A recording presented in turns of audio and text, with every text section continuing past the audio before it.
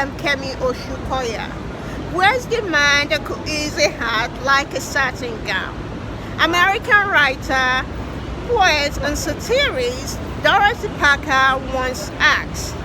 That question must have been telepathy to Matthew Yokobosky of the Brooklyn Museum and Florence Muller of the Denver Art Museum when they were putting together the Brooklyn Museum latest exhibition, Christian Dior Designer of Dreams exhibition, which opened to the public later this week on Friday and will be open until February 22nd, 2022. Walking through the gallery on the third floor where the exhibition is located, you will not only feel like you've been transported into an enchanted garden made up of beautiful clothing and dresses. You will also agree with what Dorothy Parker said when she said creativity is a wild mind with a very disciplined eyes. A creative wild mind with a disciplined eyes accurately described the iconic fashion designer Christian Dior, the namesake fashion house and legacy he created when he laid the groundwork in 1948 for what today is one of the iconic top global luxury fashion businesses.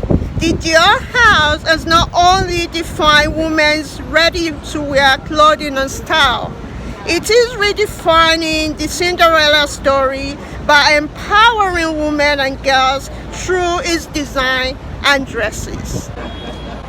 To get a sense of the Dior legacy, I spoke with the two curators, Matthew Yokobosky and Florence Muller. So Matthew, can you guys talk about what we're seeing back behind you over here? We are in front of the Yves Saint Laurent design for Christian Dior. He entered the company in 1955 as the assistant of Dior. He was very young, only 18 years old, and very sadly Christian Dior died in 57, and he became the artistic director of the house. At the age of 21. 21, only 21. It was the youngest one at that period too. Am I correct? It was the youngest one during that period. Yes, absolutely. And I can see, given from what Dior created on his own, and given it just continue with Yes, that's the idea that we are showing here, the Dior legacy. You can see that the artistic designers who followed Christian Dior, they did pay an homage to the founder of the house in terms of the search for something very architectural, very graphic, but they also added their own vision. And for example, Saint Laurent, he was very young and he was in tune with the zeitgeist of the time and this, new pop culture. And in one collection, he did quote the beatnik, vibe of the time. And for example, what you see in this movie, Marlon Brando in the Wild One, this idea of bad boy wearing a biker jacket in leather. He brought this idea of leather in a couture house. And you can also... And also I'd like to just add that Yves Saint Laurent's father owned a series of cinema houses. Yves Saint Laurent was born in Oran, Algeria. And he obviously went to a lot of movies. So the movie culture was very prominent for him. And so even in the beatnik collection that Florence was mentioning, he named one dress Nouvelle Vague, which we see here. I was just about to ask about that. New Wave. He also named one of the dresses Breathless after the Jean Godard film, which stars Jean-Paul Belmondo, who unfortunately passed away this week. But that cinema was made on the streets. It was a lot of improvisation, and it was a lot of trying new techniques to tell stories in new ways. And you really feel that Yves Saint Laurent, in many ways, was trying to tell the Dior story in a new way for a new woman of the time. And you can see the shift also in the material. I notice is using more wool, and Dior use a lot of silk. Yes, and also knitted fabric. Yeah, knitted This is fabric, the yeah. important point, because as you know, it's quite difficult to deal with a knitted fabric, knitted wool, and to achieve something with such a strong shape. Then it requires a lot of, invention, technical. In a house like Dior, it's not only the designer who is great, it's also the people in the atelier, the première d'atelier, the second, the seamstresses, and they have to find new technique, new approaches to translate the vision of the couturier. They are essential person, in the house. And we try to bring that out in the exhibition by showing the fabric samples with the miniature drawings below them to get a sense of how a collection might come together. We also have this section about the atelier where you can actually see the toiles. The first time that they're trying to translate a two-dimensional drawing into three dimensions. And that's a very collaborative process between the designer and the ateliers that Florence was mentioning. Do you have any favorite right here? It's like trying to ask somebody, who's your favorite child, right? This one. The knitted one. Yesterday we were both looking at admiring it. I think so many people have come into this room and indicated that was one of their favorite dresses. But also the rounded neckline is what you see also in Marlon Brando. He's wearing a rounded neckline. You have to think about how radical Marlon Brando was at the time. During that period. And, having been the first one to wear a t-shirt in a movie at a time when men did not wear t-shirts. They were wearing suits. Yeah, exactly. So that spirit of like taking a chance, being a renegade, which I associate with Christian Dior. He opened an art gallery at a time when somebody of his family's stature would not open such a place. And I felt like when he did the new look, he was somebody who could take a risk and take a challenge, but thoughtfully, so that it would be successful. And T-shirt back then was an underwear. Yes. And it's a whole story about bringing low art to high art, like it's a translation, so something that looks, simple becomes beautiful and luxurious. just like the t-shirt that you're wearing right now, yes. you are bringing it back and you're Yes. combining it with the classy. Yes, it's the first ready-to-wear collection by Maria Grazia Curie, and with this t-shirt she's quoting the book of Chimamanda Ngozi. Yeah, And, from Nigeria. Yes, and it was the first statement of Maria Grazia Curie to pay an homage to this new form of feminism in which we are today, and she's continuing this collaboration with great artists like Judy Chicago, who was so important in the history of feminism and also today. And each collection she's making a statement with a collaboration like that. And the Dior house also is making a statement with their recent commission to have Billy Zengawa make a new artwork portrait of Christian Dior, which is at the entrance. So a South African artist, she did a lot of research into Christian Dior during the 1950s and working from stills from motion film, she decided to make an image of what she imagined Christian Dior would be doing in heaven today, which is, of course, making beautiful dresses for women.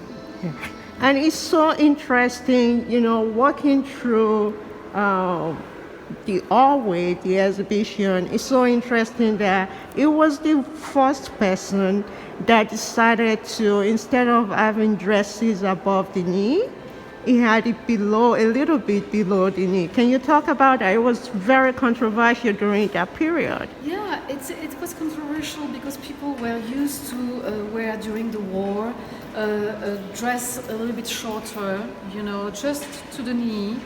And it was linked also with the lack of fabric, and the skirts were very narrow because, especially in Europe, there was no way to find fabric.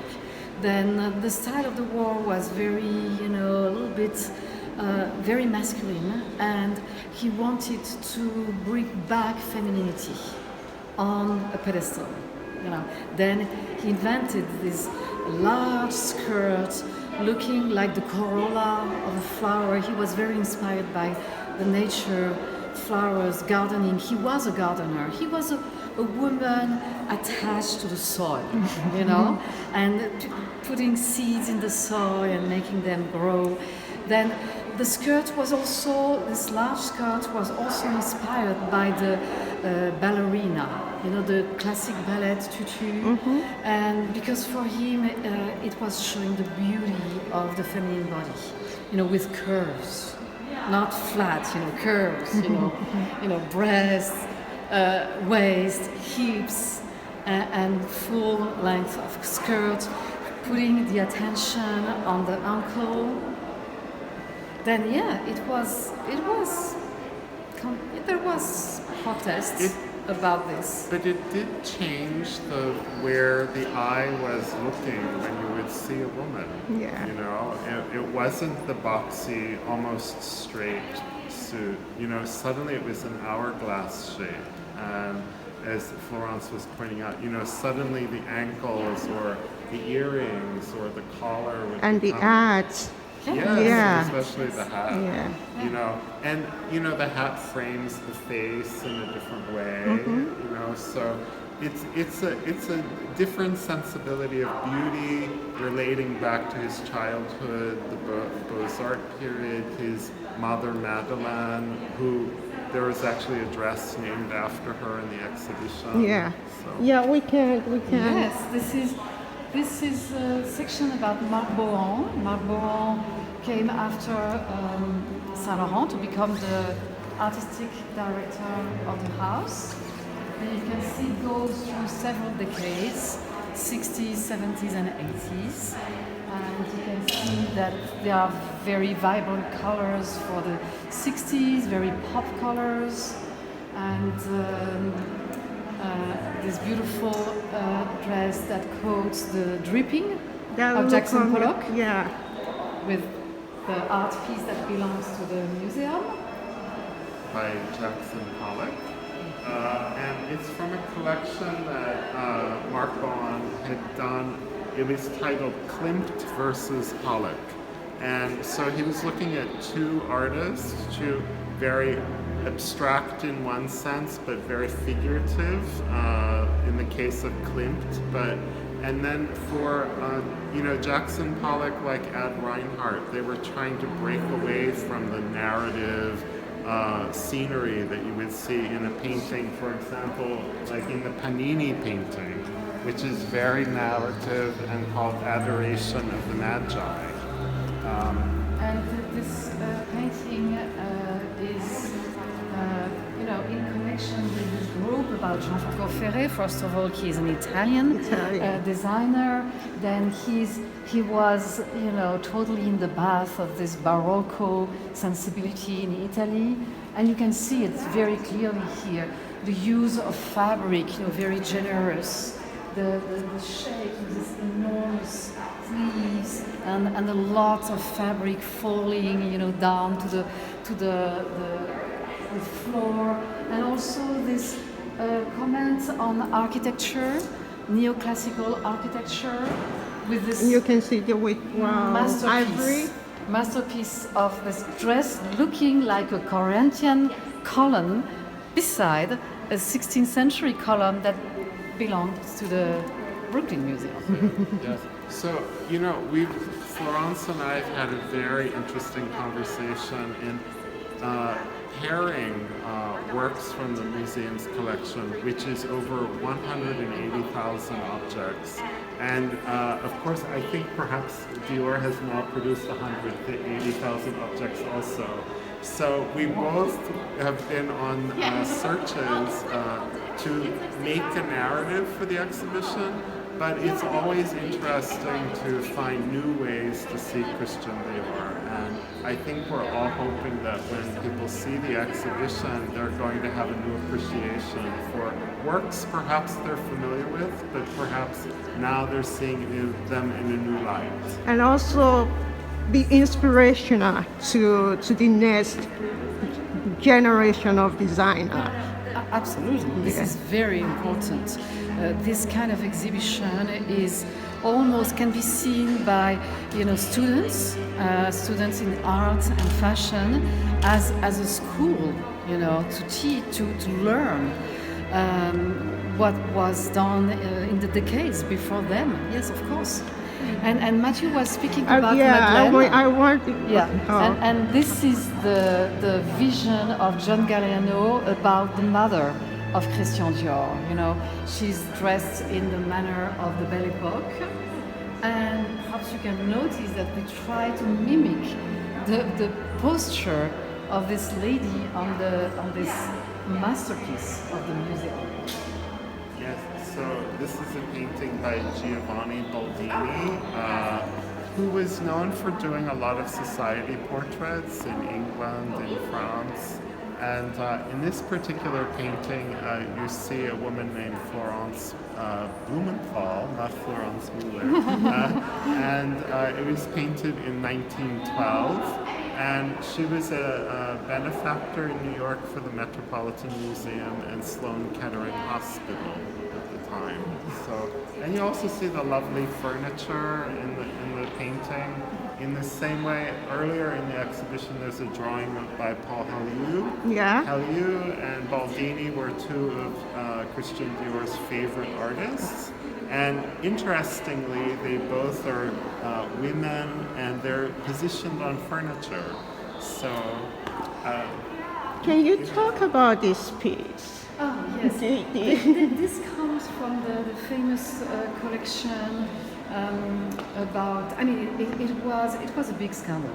This collection, because it is about homeless people. Let's say you can see that the garment is made with paper, with newspaper, and all sorts of elements that are almost taken from the street. And John Galliano was in trouble with this collection. And he said that he was not understood well, that he didn't want to play with the appearance of homeless people, that he was more inspired by Charlot. Charlot, again, a movie. Yes. Character very important. Charlie Chaplin. Charlie Chaplin. Yes. And Charlie Chaplin, he was quoting that there is a form of elegance. Even though you are living in the street, very poor, you can be also magnificent. You can still have dignity. Dignity. Yes. Yeah. It's exactly the message, but it was not very well understood. And I guess it was not the only scandal with John Galliano. But when you look at it today, and given what is going on in our society, whether it's climate change, yes. Whether it is the issue of what is going on in Afghan and so many things, even in New York, what just happened recently with Hurricane Ida. So you look at all of those things, like it seems like inspiration is not just from one particular specific thing. You can find inspiration from so many unusual places. And you can make fashion your own. Yeah. When Christian Dior started, especially in Europe, all the countries were very poor. There was tons of homeless people because their house was destroyed by the bombs, and they were, women were able to be still elegant, reusing old fabric, and they found a way to do the new look skirts even though they had no money. For example, they were buying parachutes, and they had enough fabric in a parachute to do these very large skirts. Then fashion is not only about being rich, you can have style. You can be poor and still have style. Well, so many people have talked about the fact that, there is dressing to be current, but the style really comes from inside. And I think that is a little bit about what Florence was talking about is personal elegance, personal style. It comes from inside. It's not, you could be wearing many different styles of clothes. You could be wearing a t-shirt, you could be making a garment that has newspaper in order to keep warm. Some of it's practical, but when you walk through the space, you change what you're wearing to reflect your inner emotion. And the last collection, this Ralph sketch. Simons, Ralph Simons. Speaking of sketches, Yes. this is very, very architectural. Yes, very architectural. You can notice that it has a great link with the new look of the founder of the house because the skirt is gigantic with a lot of tulle that support the volume. But there is, as I said before, the vision of Ralph Simons is adding something to this, and this is the way he used, ribbons. You see that ribbons are included on the tulle. The technique to pleat this skirt is really incredibly complicated. And the shoes. Yes, Yes. totally embroidered with sequins. And those are feathers. Yes, it's feathers.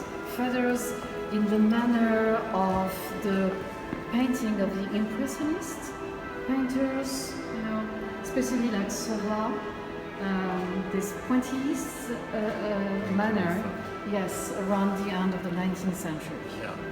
And then we arrive in the beautiful space devoted to Maria Grazia Curie and Judy Chicago. You can see these art pieces on the wall, especially this and this, are coming from a fashion show, a collaboration that she did with Maria Grazia. And you can see the show here. With these strong messages, like Dieu serait féminin, would God be feminine? I don't remember the translation of this. Oh, yes. Dieu serait féminin. What if God would be a woman? Yes. What if? And then all the answers. Yes, would there be violence? And it's all about what if women ruled the world, which of course is coming after we should all be feminine. A beautiful answer is the earth would be protected as a question if God would be a woman. So she's talking about the current events in a very unique way in terms of climate change. Totally. Totally. Yes. Would there be violence or no violence? In this piece, it's an essential question. Really, it's very. And also about the perspective that women would make different priorities if they were in charge. So it's clear that we all think of Earth as Mother Earth, and so I think that Judy Chicago and Maria Grazia are both pointing towards that. Yeah, moment. because there are this vision of our very ancient history. They are many historians who think that the first goddess were women, you know. And in archaeology, you find these figures, feminine figures, only feminine figures. Yes. You know. Then there is this assumption that perhaps the world was run by women back in very, very I think the time. world is still run by women in so many ways. Of course. I mean, look at what we have here. Yes. Yes. Inspiration from women. Yes. You know, even when men are creating it, they get their inspiration from women. We should all be feminists. We should all be feminists. So, you know, to say in one word, what message do you want people to take from this collection, walking through this exhibition? I mean, it is magnificent, and the pieces are I will timeless. say a very personal message. I think the search of beauty is very important. It's not a secondary subject. It's very important. When you take care of yourself, you give a message to the other people. When you want to look beautiful, you give a message that the other people are important to you. And it's a great thing while, you know, the world, there are so many questions about ecology and, you know, about many issues. And I think the search of beauty is making us really happy. You know, whatever questions still stay unsolved, you know. So, It's very powerful. Especially after coming after the period of COVID, I think we all are looking for a moment of joy in our lives, and beauty provides that for us. So, you know, at the Brooklyn Museum, we're very much hoping that the Christian Dior exhibition in New York is going to bring many people great joy after this period of perhaps darkness in our lives. And in fact, it's the similar message that Christian Dior gave right after the Second World War. He wanted to say, let's forget this awful moment and let's go back to a beautiful world and let's rebuild the world. thank you. Thank you.